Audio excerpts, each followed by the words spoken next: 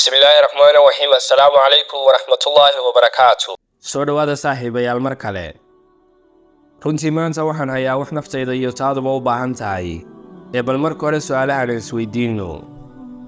ma tahay ruuxan hadafkii uu nolosha ka lahaa aan gaadhin? mase tahay ruuxay dhibaatooyin ragaadiyeen? ma tahay ruux calaacal badan markay dhibaato haleesho? ma tahay ruux halganka nolosha ku adag yahay?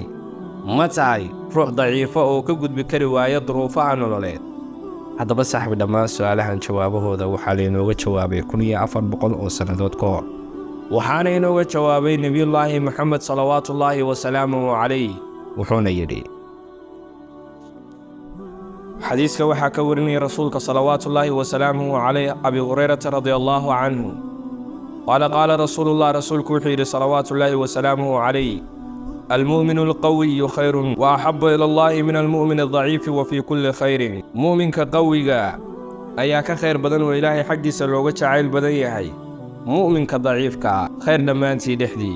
احرص على ما ينفعك واستعن بالله ولا تعجز، وإن أصابك شيء فلا تقل لو أني فعلت كان كذا وكذا، ولكن قل قدر الله وما شاء فعل. فإن لو تفتح عمل الشيطان. احرص على ما ينفعك، كددا الوحيك وأنفعيا، واستعن بالله إلهينا كلمة ويديسو، ولا تعجز كعاجز، وإن أصابك شيء فلا تقل هدي شيء كأصيبا من باتك أصيبتو هأرن لو أني فعلت كان كذا وكذا، هذا سدا يسدا سمين لها ساسي نقول لهين، ولكن قل وحاتر هذا قدر الله وما شاء فعل.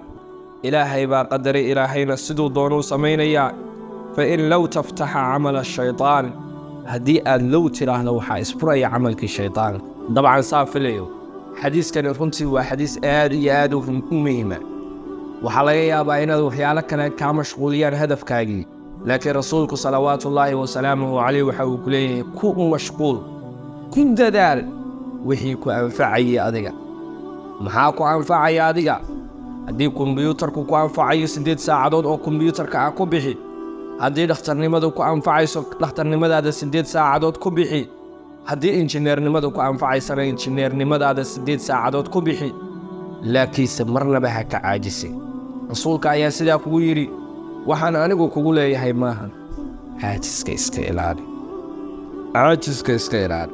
haddii dhibaato ama caqabadi kaa hor timaado oo caqabadii sidaa aad rabtay aad uga gudbi weydo, ha dhihin haddaan sidaa iyo sidaa samayn lahaa, waayo rasuulka ayaa kaaga digay, anigana wuu iga digay. waxaad tidhaahdaa qadara allaahu wamaa shaa'a facal.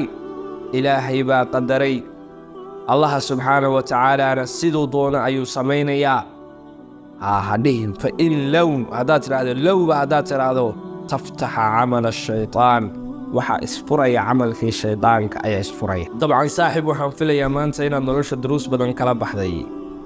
maxaad sugaysaa? gaadhsii dadweynaha muuqaalka. haddaad nugu cusub tahayna nagu soo biir. hadsanin.